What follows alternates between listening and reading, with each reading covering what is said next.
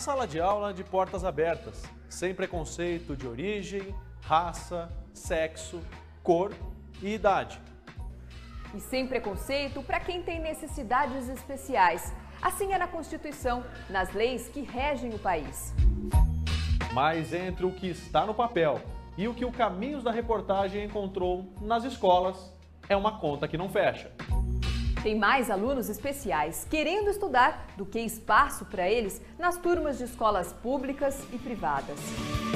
Inclusão escolar, um desafio para pais, educadores e alunos. É o que você vai ver agora.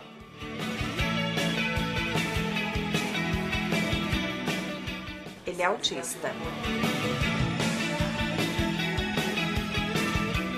Quando ele tinha 4 meses, a gente notou que ele era diferente do irmão e aí a gente começou a busca de um diagnóstico. Como ele tem uma interação boa com a gente, um contato visual bom e ele tem algumas coisas que fogem um pouco do autismo, então demorou um pouco mais esse diagnóstico. Ele é muito carinhoso, ele é afetuoso, ele adora te abraçar, ele adora ficar correndo pela casa, pulando, ele é muito alegre.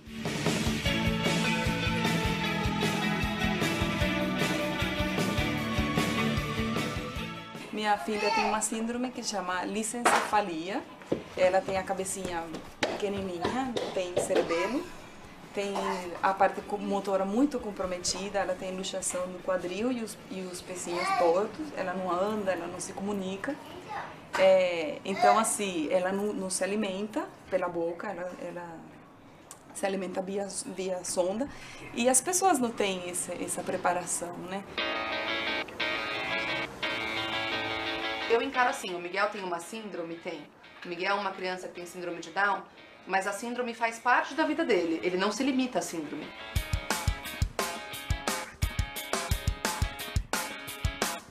Sei lá, eu tenho rinite, a rinite faz parte da minha vida, mas eu não me limito a isso.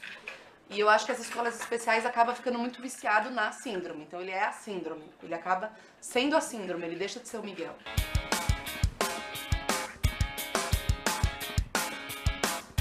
Na outra escola que ele estava, ele tinha uma pessoa que ficava com ele, então ele e essa pessoa ficavam o dia inteiro na brinquedoteca, porque às vezes ele fazia barulho, ele batia palma, então ele atrapalhava as outras crianças, ele tinha que se retirar e ficar na brinquedoteca. Então ele ficava o tempo inteiro lá. Peixinho na mão, caiu no chão, moça bonita do meu coração. O Pedro Henrique, ele não é especial, ele pode ficar. O Luiz Felipe, ele é especial, ele não pode ficar. Como assim? O Pedro Henrique participa, ele faz tudo. Eu brinco, eu desenho e eu assisto filme. O Luiz Felipe, ele fica, tipo, preso num canto. As outras crianças estão dançando e eu tenho um vídeo dele assim, o ano passado. As crianças dançando numa roda e ele travado num canto, sendo segurado por uma pessoa. Que graça.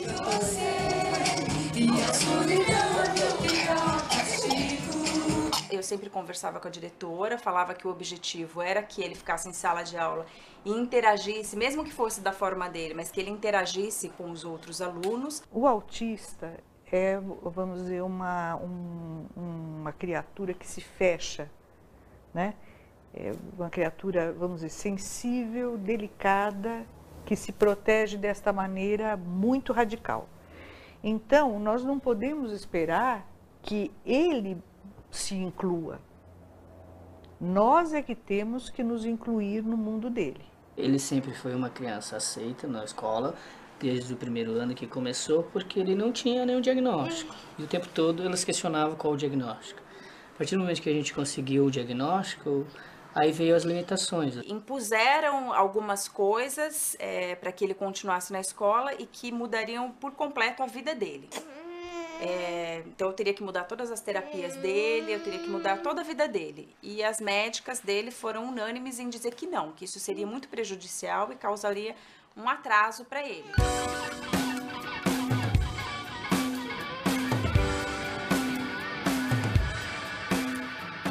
E a gente teve a surpresa de que essas escolas, na sua maioria, não aceitam uma criança especial.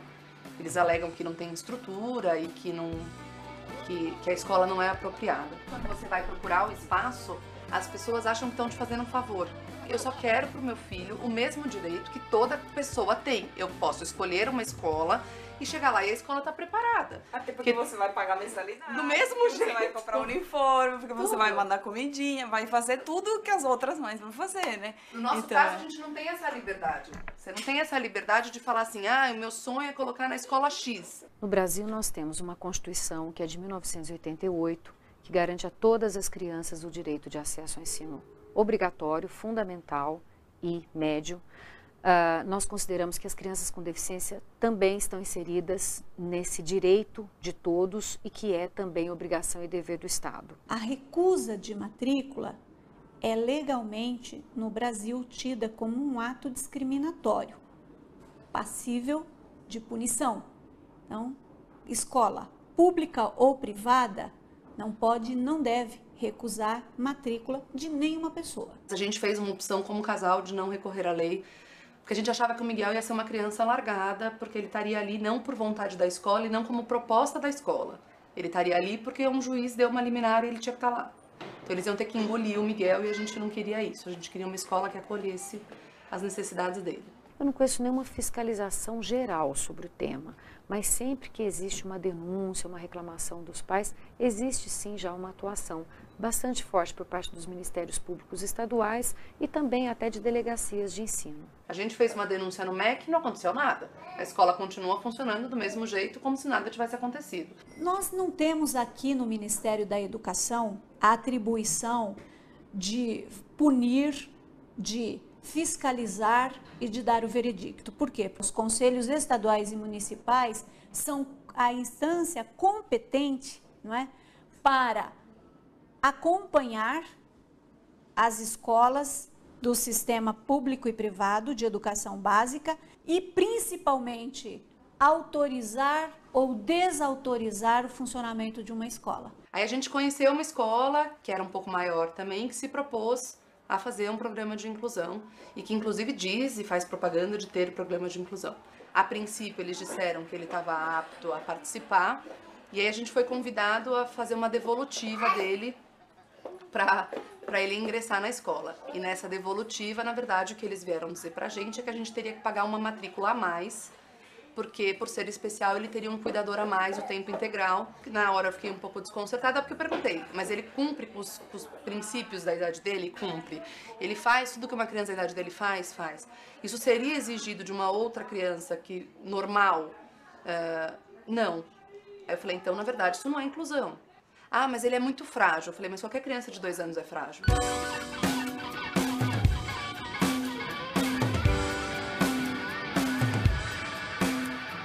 Pela criança com deficiência, a escola comum recebe 30% a mais, porque precisa de um apoio mais intenso para essa criança. A gente se propôs a pagar uma pessoa que fazia esse trabalho de inclusão para trabalhar na escola com isso, pagar a pessoa que ficaria com ele na escola, mas a escola falou que não. Que ou ele ficaria do jeito que a escola queria ou ele não poderia ficar. Na legislação nós não vemos brechas.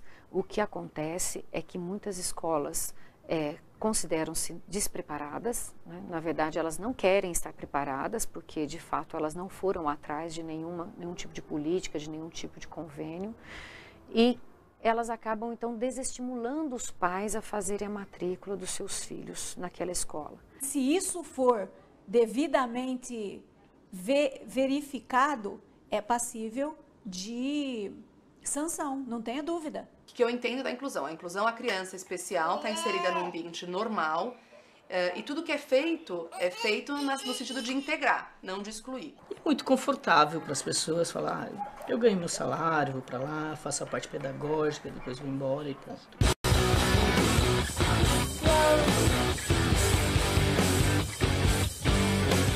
Uma dinâmica que eles têm lá que é muito interessante é que tudo que é feito para o Miguel é feito para todas as crianças.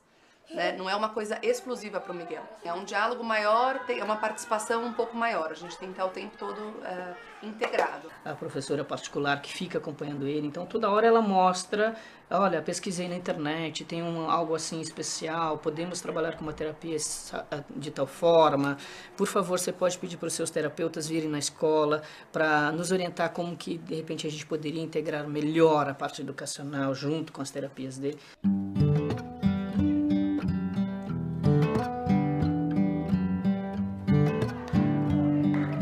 A criança que o Miguel era antes e depois da escola, ele se desenvolveu muito. De como ele interage com as outras crianças, com as pessoas, como ele é agitado, como ele brinca, o quanto ele brinca. Eu não vejo a minha filha como uma pessoa especial. Para mim, o normal é ela. Eu não conheço outra coisa. Para mim, o normal que uma criança se alimenta é pela sonda. Eu não sei dar comida para minha sobrinha, por exemplo. Dar banho na minha filha é muito diferente que dar banho na minha sobrinha. Eu não sei carregar minha sobrinha, eu só sei pegar no colo a minha filha. Então, para mim, ela é normal e é perfeita. Não é diferente, né? E essa relação com as crianças da escola estão permitindo que ele descubra um mundo que antigamente ele não tinha ampliado ainda, né? Ele estava muito no mundinho dele. Em casa. Por mais que a gente tente estimular, a gente continua sendo adulto. Hoje você vê crianças que convivem no dia a dia com crianças especiais aprendem a ser adultos muito melhores. Aprendem a ter tolerância, paciência, aprendem a respeitar o outro com um olhar diferente. Né? Mas não, a gente como pais de especiais, a gente fica o tempo todo se colocando à prova, tendo que mostrar, olha, eles têm condição de estar aqui.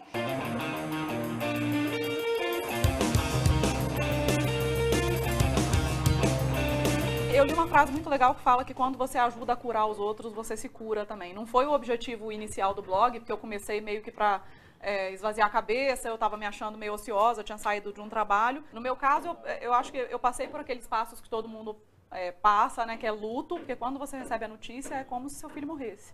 Né? A gente idealiza um filho, ele nasce, você fala que ele vai estudar em tal escola, ele vai fazer intercâmbio, ele vai casar e vai ter filhinhos. Não é uma coisa muito simples você ter uma criança que não responde às suas expectativas, não é? Então, eu entendo assim que há um sofrimento por parte dessas mães, né? E que elas merecem ser ouvidas. Nessa pesquisa que eu fiz ao longo de 20 anos, eu atendi 105 crianças, 105 famílias, então.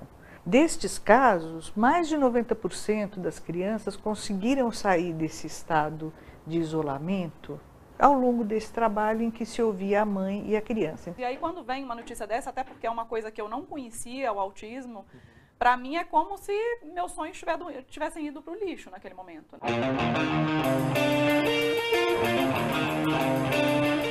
O Theo tá bem porque ele tá numa escola inclusiva muito boa aqui de São Paulo. O Theo, graças a Deus, está bem encaminhado nesse aspecto. Mas pensando em todas as mães que entram em contato comigo do blog, a gente tem um problema de escolas públicas não estarem preparadas, não ter verba, não ter profissional. Então eu acho que falta interesse de botar a mão no bolso e correr atrás de capacitação. É isso, porque as escolas que têm feito isso têm conseguido resultados muito legais. Às vezes em parceria com os pais levam as terapeutas do filho na escola e treinam os professores, a professora auxiliar, mas assim, o primeiro passo é o interesse. Quando o Gabriel nasceu, há 13 anos atrás, as escolas de educação infantil estavam começando a receber as crianças portadoras de síndrome de Down.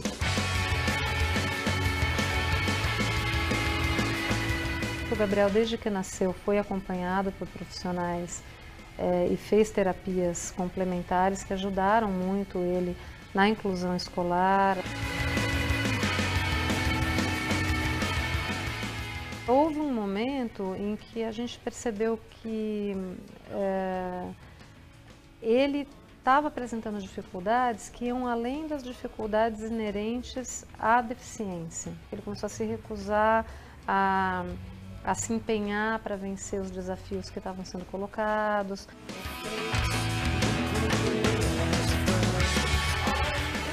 Foi muito interessante porque na primeira sessão que ele fez como psicanalista, foi a primeira vez que ele formulou verbalmente a questão a respeito da síndrome de Down.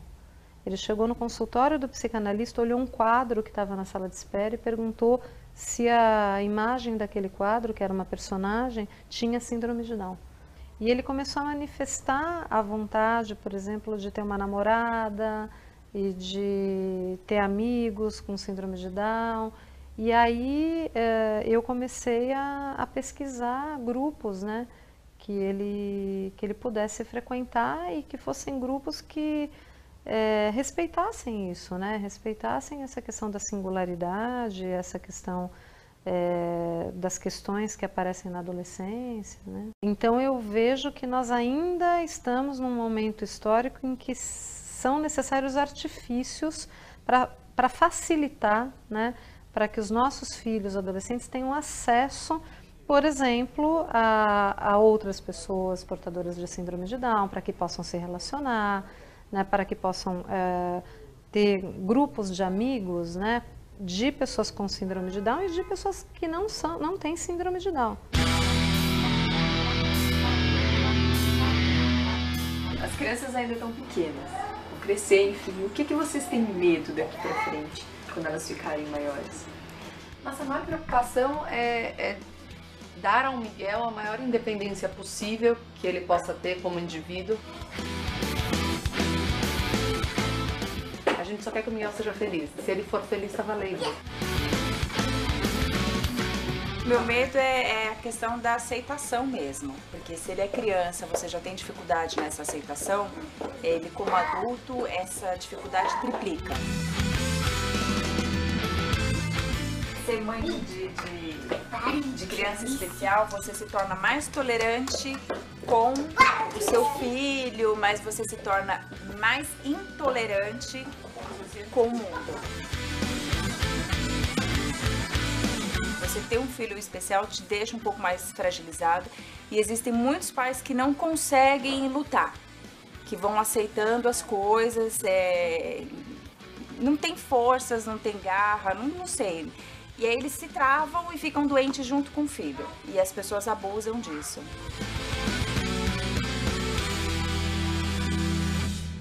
E quando o dinheiro não compra a inclusão? Ela é adolescente, cadeirante e estuda numa escola com mensalidade acima de R$2.000. Ele tem síndrome de Down e estudou na mesma escola desde pequeno. Mas a família teve que entrar na justiça para garantir a matrícula no ensino médio. No próximo bloco.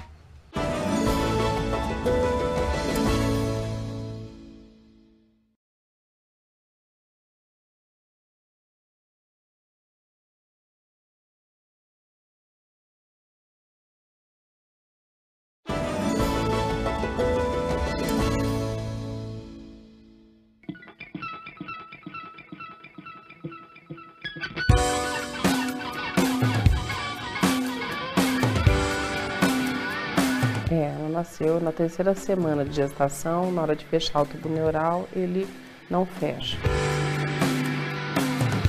Já fez cirurgia na coluna, trocou a válvula na cabeça, fez cirurgia nos ligamentos. Ela faz fisioterapia desde os 3 meses de vida para não deixar atrofiar e manter o movimento. Bruna, quais são as dificuldades que você passa na escola? São das rampas do bebedouro, como é difícil de eu beber água, muito alto. E acho que minha perna também não encaixa bem, eu não consigo chegar para frente. Esse aqui não dá. Há 2 dias atrás, ela chegou para a diretora geral e para mim e veio falar assim, olha, eu tenho uma reclamação. Aí eu falei, o que foi? Ela falando, eu vou descer a rampa e às vezes tem colegas parados na rampa conversando. E eles não entendem que a rampa não é para conversar. A rampa é para a gente passar. E eles estão me atrapalhando. Até professor, às vezes eu já vi um monte de professor, um monte de gente ficar parado lá. Nós temos que conscientizar isso, porque a gente não pensa nisso. É uma aprendizagem diária com esse tipo de demanda. Para você ter ideia, a gente tem 195 mil escolas espalhadas pelo Brasil, escolas de ensino fundamental. e só 12% delas têm algum tipo de acessibilidade. Coisa boa, terra dos capixabás. Eu, pessoalmente, questiono os 12%. Na Amazônia, puxa, a pessoa às vezes demora horas, pega barco, né? Então, assim, o acesso dela até a escola já é muito difícil. E aí você pega uma pessoa com deficiência, assim, o acesso dela passa a ser praticamente impossível. Na escola há uma discriminação. Não chamam ela para brincar com elas. Ela sempre está muito, ela que tem que ir atrás das amigas. Cada ano aqui vai para uma viagem, então eles vão para São Paulo, eles vão para Brasília, eles vão para Argentina, eles vão para os Estados Unidos. E nós não mudamos esses roteiros por conta da Bruna. O que nós fazemos nós vamos a São Paulo? Vamos. Então, em que lugar que nós vamos para que a Bruna participe também? Em Brasília me chamou mais atenção, porque eles foram nos monumentos e tudo. Então, de repente, as crianças se juntam para escutar uma explicação e quando eu via, ela estava atrás de todo mundo. O quê? E aí eu tinha que ficar, olha, dá licença que a Bruna não está enxergando. Então descem do ônibus, já saem andando e ela tinha que esperar o elevador descer com a cadeira dela. Chegou no hotel à noite, todas se reuniram num quarto e ela ficou comigo no quarto. Eu senti que elas não queriam como um quarto. Eu sempre posso entender que o quarto era pequeno. Ela não é chamada. As meninas tratam bem, não são grossas ou não tiram sarro, nada, mas não tem uma cumplicidade, um companheirismo. Obrigada. Olha, eu acabei de almoçar, aí você pode levar esse prato pra mim? Às vezes ela fala, Bruna, é que eu tenho que escovar o dente, eu tenho que ir rápido, porque eu tô muito atrasada. Às vezes, no caso da Bruna, de não querer que esperar por ela para almoçar, por exemplo, porque eu quero ir comer rápido, porque eu vou jogar bola. E se eu tiver que esperar, eu vou perder. Então, às vezes é isso. Mas, às vezes, é com uma outra briga. Então, assim, para cada situação, a gente tem uma reflexão sempre de se colocar no lugar do outro e de que escolhas eu poderia ter feito. Eu fiz essa escolha agora, que outra escolha eu poderia ter feito? Que poderia me ajudar e ajudar o outro. E isso, ao longo do tempo, é uma formação. Educação é isso, é uma formação. Olha aqui. Obrigada. Os gêmeos, eles têm uma ligação maior, assim, de um defender o outro. Se alguém faz alguma coisa com ela, mas assim, ele vai lá, pode não ser no outro dia, mas demora uns 2, 3 dias, ele vai lá e vai brigar. Brigo, é porque tá certo, porque a Bruna ela é muito bonitinha também. Ela me defende, então eu defendo ela. Na apresentação, aí ela fazia de conta que estava tocando. A Bruna também responde às vezes quando ela consegue. Responde? Até para o professor, às vezes, quando ela não aguenta o desaforo, o professor fala alguma coisa, ela manda ver, ela não segura não. O que ela fala? Ela não tocava ali.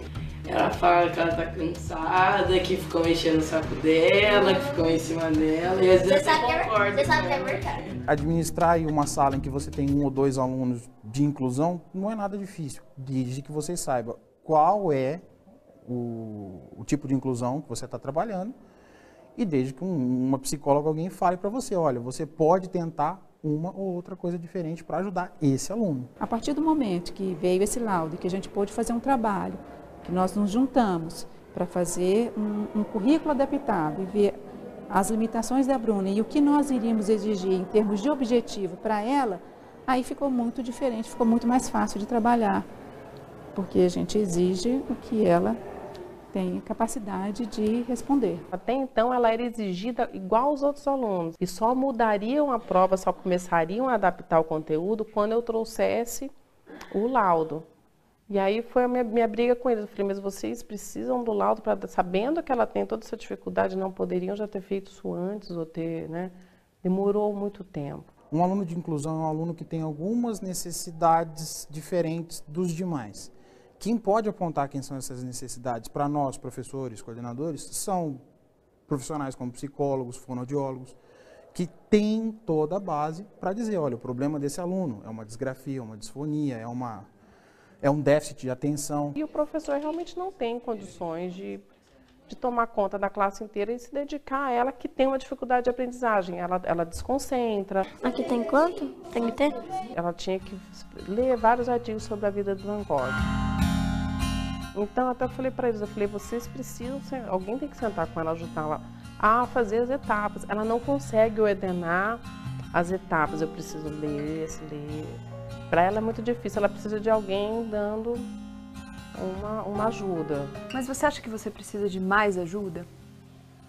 Assim, na parte de ajuda, assim, de ajudar a me levar nas coisas, eu acho que não. Acho que mais na parte mais pesa que eu tenho que ter alguém me ajudando é da matéria mesmo. A gente está disposto a pagar um pouco a mais. A mensalidade lá é alta, é acima de R$2.000 por aluno. Mas ainda assim a gente se dispôs a pagar para...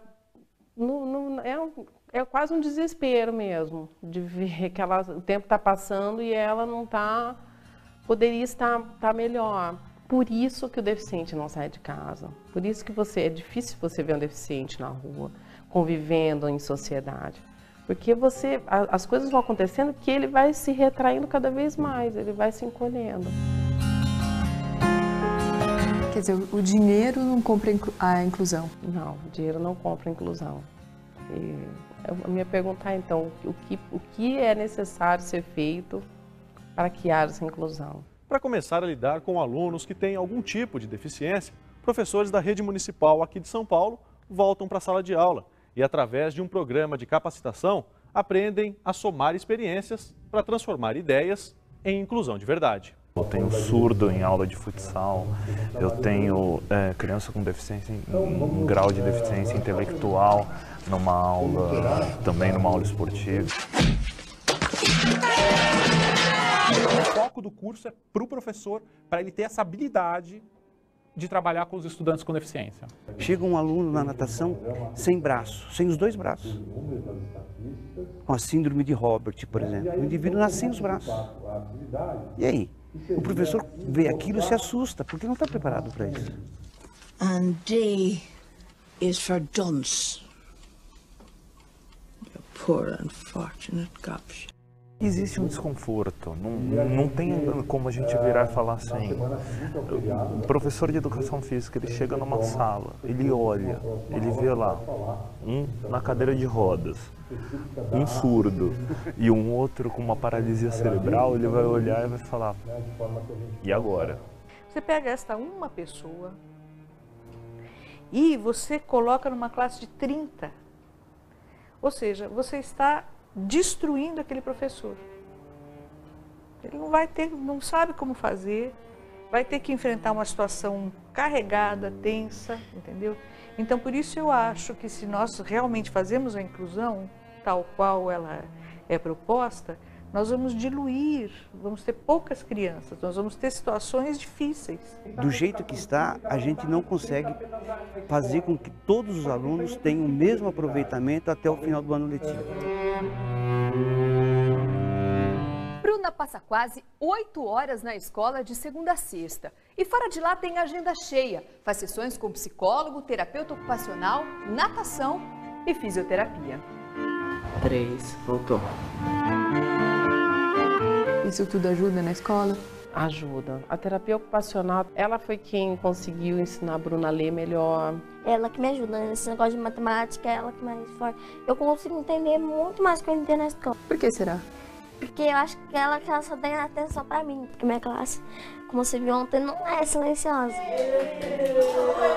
A inclusão, ela vem sido comentada há muito tempo, né? E agora,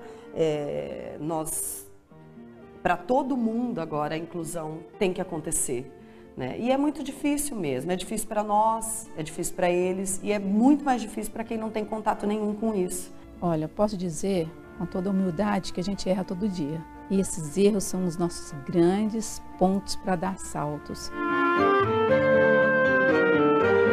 A própria escola que tem um aluno de inclusão acaba investindo em treinamento para os professores. Só que é um treinamento assim, não é nada muito, são reuniões, são cursos, palestras, são conversas com psicólogos. A conversa com essas pessoas hoje é o melhor treinamento que a gente tem para enfrentar esse tipo de problema. Eu acredito que na maior parte das faculdades hoje ainda não tenha essa preparação. Pelo menos nas que eu passei não tinha. A escola pública está muito mais avançada, porque a escola privada ela ainda não consegue sair desse cerco de ensinar o aluno para ele passar nas provas do vestibular ou qualquer outro tipo de curso mais avançado.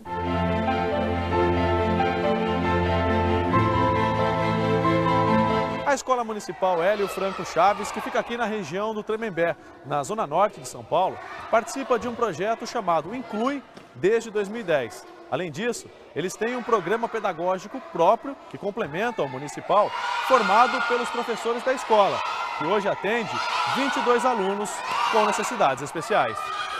Matheus é um deles. Matheus chegou o ano passado para nós, no primeiro ano, pelo sistema online, que é um sistema informatizado da prefeitura, onde eles mandam os alunos distribuídos de acordo com o CEP. Ele é autista, tem deficiência intelectual associada ao autismo. As necessidades dele são, além de causadas pela própria deficiência, né? Então, interação social, os comportamentos estereotipados, ele precisa aprender como todas as outras crianças. Nós estudamos as deficiências, né? A inclusão dos alunos com quadros de deficiência ou transtorno global do desenvolvimento, a questão do bullying, a questão da etnia, a questão de gênero. Então, tudo aquilo que faz com que todos os alunos sejam incluídos. A inclusão, quando a gente fala em inclusão, a gente fala na inclusão dos nossos 819 alunos, e não de um específico. A escola atende esses alunos há muito tempo, mesmo antes de ser lei, já existiam esses alunos presentes conosco. O que a gente procura sempre é conhecer primeiro o aluno, para depois saber o que ele precisa e investir naquilo que ele necessita. Quando a gente conhece o aluno, fica mais fácil, deixa de ser o autista, para ser o Matheus, para ser o Thierry, para ser o Joel. Deixa de ser a deficiência, mas o aluno que precisa da gente em algum momento especial. Como é que é lidar com esses alunos especiais? Não existe uma angústia? Vocês nunca sabem o que esperam? Como é que é isso? Lidar com o ser humano causa angústia. A gente nunca sabe o que esperar. Todos os alunos trazem necessidades educacionais especiais neles. Os alunos com deficiência ou com transtorno, eles angustiam um pouco mais porque eles fogem ainda mais do que é esperado. Uma escola especial seria melhor? Essa é uma questão, eu tenho pensado muito nisso também. Eu acho que a escola especial segrega demais. Somos contra a classe especial. Esse é o posicionamento, por conta que a gente acredita que este ambiente é um ambiente segregador. Hoje em dia a gente vê crianças que já olham para o outro, já olham, por exemplo, para um cadeirante e já não olham com espanto ou com medo, receio, diferente de muitos anos atrás, né, em que se a gente visse um aluno numa cadeira de rodas, os outros ficavam meio, será que eu posso tocar, será que eu posso pegar, isso é uma doença que pega, eu também vou ficar assim? A maior angústia eu acho que é o futuro, né? Um dia olhar para trás e falar, olha, poderia, eu quero emocionar. Ela poderia, né, estar numa situação diferente. Se a sociedade não estiver preparada para recebê-la, tudo vai ser muito mais difícil. Não, a tá você vai usar. Não, isso quer dizer. Isso aqui eu vou pôr para cá. Foi quando ele estava no 8º ano que eu fiz uma pergunta para a escola, assim, a gente podia fazer um 9º ano legal, né, para o Pedro chegar no ensino médio melhor. A nossa surpresa foi que daí depois elas nos chamaram para avisar ou para comunicar uma coisa que o pessoal da direção achava que a gente já estava ciente, que era que ele não poderia fazer o ensino médio na escola. Daí tiveram alguns argumentos, que o ensino médio era muito complexo, que o conteúdo era de uma complexidade que ele não ia dar conta. Um outro motivo que foi apresentado é que os amigos iriam afastar dele. E daí a gente pediu auxílio para o Ministério Público. E agora o Pedro já está no 3º colegial, vai terminar esse ano, vai se formar. Muitos estudam com ele há 12, 13 anos que eles estão na mesma escola. Então eles têm uma turma muito concisa ali, de amigos de verdade. E ele participa de tudo, é convidado para as baladas, convidado para as festas. Ele mesmo articula algumas saídas, alguns programas. O que você bebeu aquele dia? Sua mãe falou que você quer fazer faculdade do quê? O que vai sair de comida aí, Peão? De gastronomia. Caramba, você sabe cozinhar? Sei. Que tipo de comida que você sabe fazer? Uma vez que eu fiz macarrão, cebolinha. Cebolinha e que mais? Com molho de banana. Deram nota ou não? Não. E ela amou. Eu amei, né? A mãe sempre ama, né? Sempre ama. Se você oferece a oportunidade, a coisa vai acontecendo. E você vai vendo que você sempre pode ir mais além, mais além, mais além. É isso que eu tenho visto, né? Eu acho que se a gente enxergasse o Pedro num lugar de limite, ele não teria andado todo esse caminho.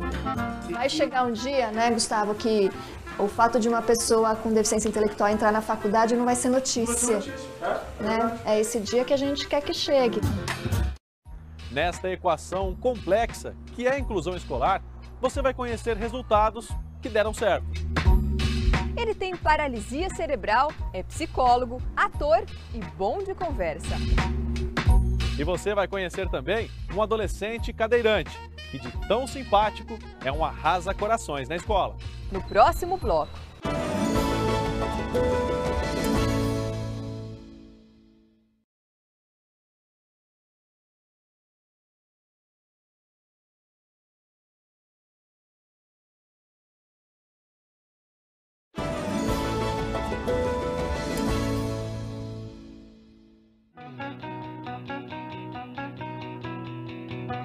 Vamos lá conhecer meu ambiente, meu esconderijo.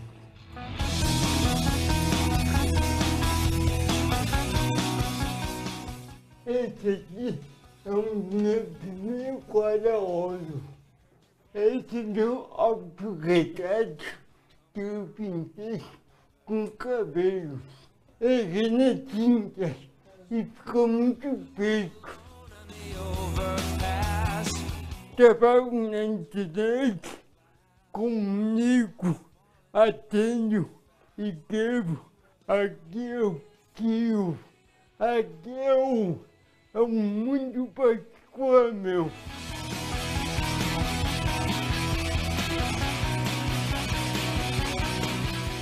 O dia dele é naquele escritório dele escrevendo, aí ele desce, vem comer, toma alguma coisa, sobe, continua escrevendo, continua conversando com a namorada, namora o dia inteiro, depois que ela sai do trabalho ficam conversando. Quanto tempo já que vocês estão juntos? Estamos há 8 meses juntos. Ele fica direto no computador, trabalha o dia inteiro. A menina, ela é uma bicha amável, que é a nossa primeira namorada. Foi pela internet. Depois do mês, a Bia São Paulo me conhecer. E eu fui para Bahia.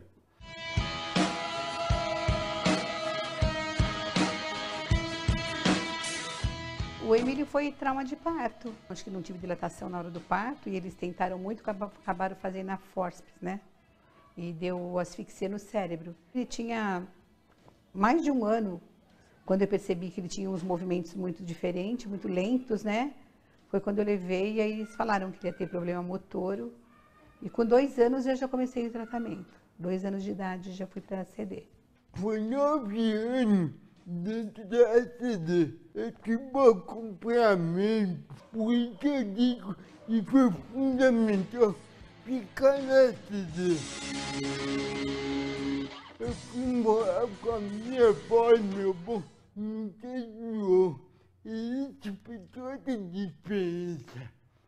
Porque no interior existe uma cultura de acolhimento. Uma época que nem se falava em inclusão ainda.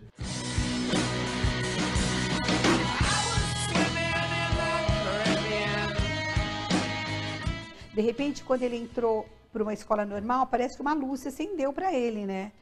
Era a diferença. Ele era o deficiente, ele era o diferente. E os amigos deles ajudavam ele em tudo.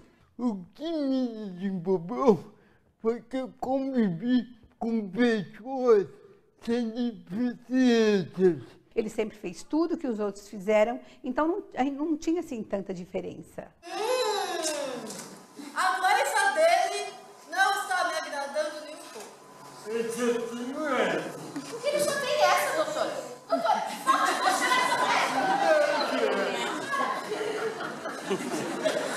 Ele dá um curso de inclusão na Faculdade Uniciade de Brasília, e então tem alunos que às vezes têm alguma dificuldade e acabam mandando as provas, né, para ele dar uma conferida, para ver o que falta. Emília é formada em psicologia e atende pela internet. Viaja ao Brasil dando palestras sobre inclusão escolar para deficientes. Quando eu fui para vestibular em uma universidade pública, eu passei em primeiro, na outra em terceiro. Nesta estante, Emílio guarda os 47 livros que publicou. São livros sobre educação, inclusão, psicologia, psicanálise, uma autobiografia, poesia e um romance. O Homem que Amou em Silêncio.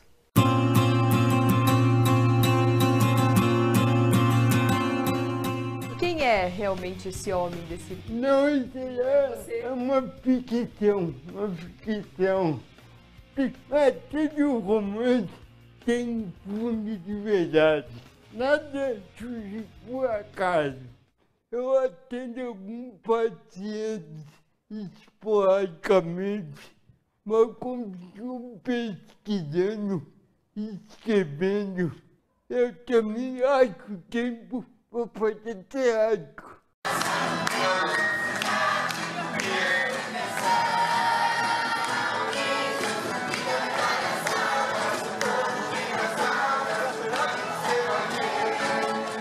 Eu participo de um grupo de inclusão que trabalha com atores com e sem deficiência.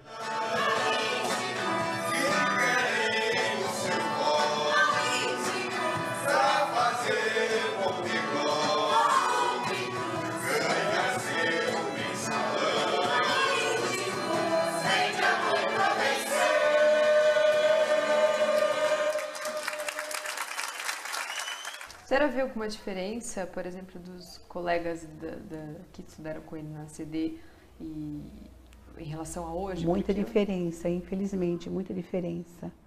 Ele tem amigos que estudaram com ele na sala dele que eles não tiveram essa oportunidade, não estudaram. A própria mãe achava que na escola ele era judiado, que as crianças judiavam, e a mãe tirava e ele ficava em casa. Conheço vários que não têm nenhum tipo de estudo, que parou quando saiu da CD, não fizeram mais nada. O que está errado ainda? Muitos empresários pensam que incluir é só para cumprir cota. Não é. Incluir tem que tratar como igual, corrigir, cobrar.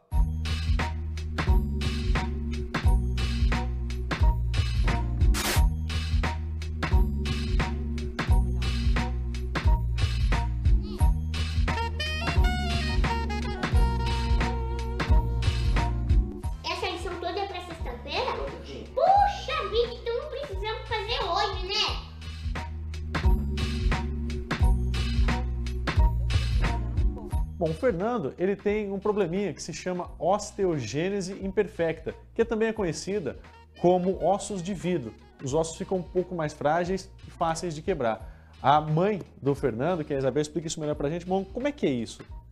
Então, na verdade, assim, o Fernando realmente tem uma fragilidade óssea e no mínimo impacto ou, às vezes, espontaneamente, ele acaba tendo fraturas. A gente tentou buscar uma escola que aceitasse o Fernandinho. Não só por ele ser cadeirante, né? Mas também por causa da patologia que envolve a própria condição física do Fernando. Então, muitas escolas sutilmente disseram sim com um não muito grande escondido. Né? Você tem certeza que você quer deixar ele na nossa escola?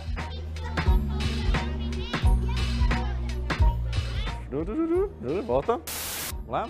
3, 2, 1. Vamos lá. Bom, o Fernando estuda aqui nessa escola há pouco mais de um ano. E esse foi um jeito que os pais encontraram para diminuir as diferenças. E dá para esse rapaz aqui uma oportunidade bem parecida como qualquer outro aluno dessa escola. Vamos lá conhecer sua turma? Então vamos lá.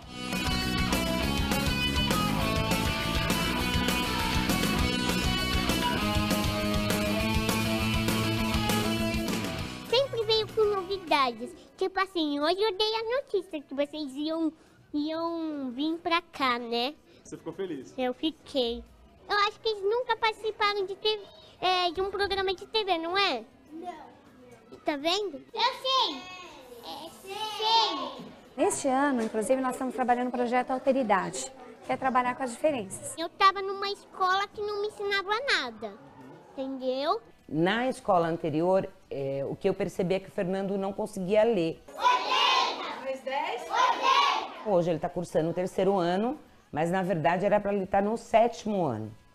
Então, para uma melhoria dele, para uma continuidade na escola, realmente ele teve que fazer toda essa regressão. Mas mesmo assim eu gostava dos meus antigos amigos, entendeu? Nós tínhamos grandes escadas para subir com ele, ele tinha que mudar de classe o tempo todo, o pai ficava o tempo todo ao lado dele na escola. Teve uma vez assim que eu tava fazendo um cartão de Dia das Mães, aí a professora chegou comigo gritando, aí eu chorei.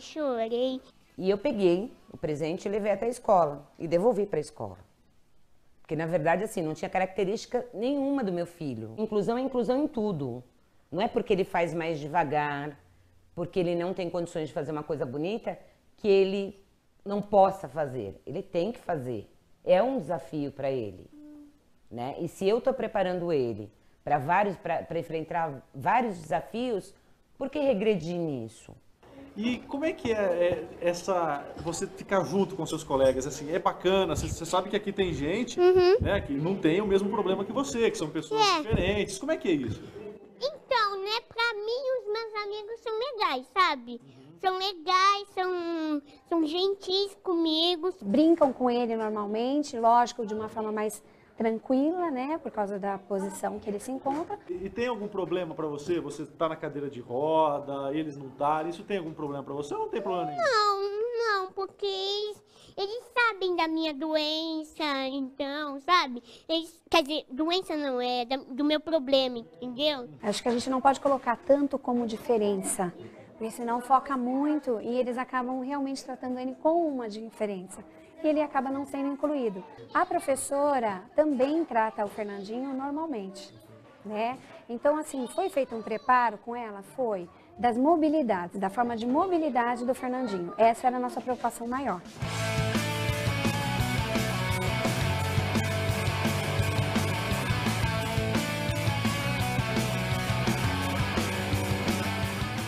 E eu tava pensando assim em ser médico. Ou ser corretor de imóveis. E você é um cara feliz? Sou muito feliz. A gente vê pelo rostinho dele, ele está muito feliz. Ele esteve um pouco afastado, porque houve uma fratura. Em janeiro, ele fraturou a tíbia, logo depois o fêmur, então ele ficou engessado de janeiro a abril, ao final de abril. Então, praticamente, ele iniciou a vida escolar agora, em maio, deu início agora, há pouco tempo. Quando ele voltou, a gente fez uma festa para ele. Então, ele ficou muito feliz com essa chegada dele, né? Ele se sentiu, assim, realmente uma pessoa querida. O mesmo tratamento que a gente tem com o Fernandinho, a gente tem com os outros alunos. Eu acho que isso que é inclusão. É você preparar uma criança, deficiente ou não, para toda uma vida. Ele tem muito mais pedras, mas nada que impeça que eles contornem ou que ultrapassem essas pedras.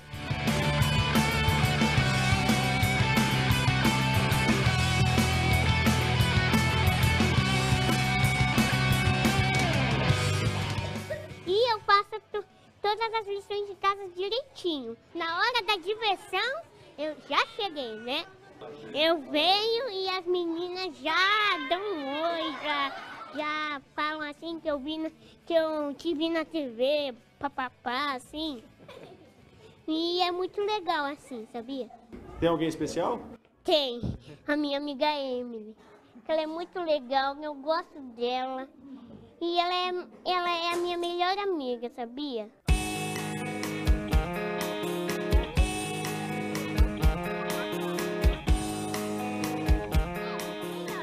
Sabe, eu acho que eu nem lembro mais no dia que a gente se conheceu, você lembra? Ele começou a rir, se falar alguma coisa, ele né? não ficou com vergonha nenhuma, ele falava, igual... Porque é assim, que eu gosto de fazer amigos. E você sabe que amigos são para essas coisas.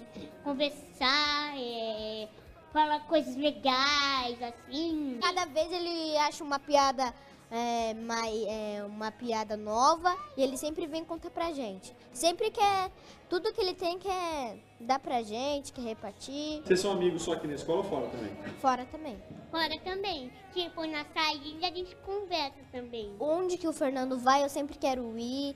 Eu nunca fiquei longe assim do Fernando, nunca.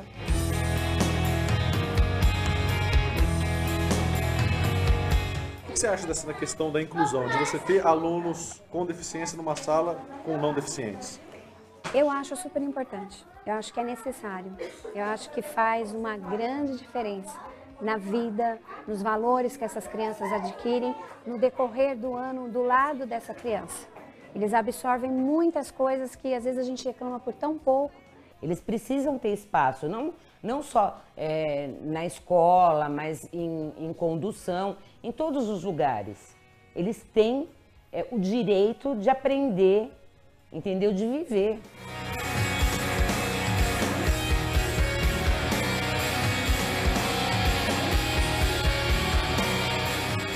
O que o Fernando é pra você? O Fernando é uma parte do meu coração. Eu tenho... O que, Emily? Fala, por favor. Ciúmes. Pronto, falei. O quê? Ciúme. Ciúme do quê?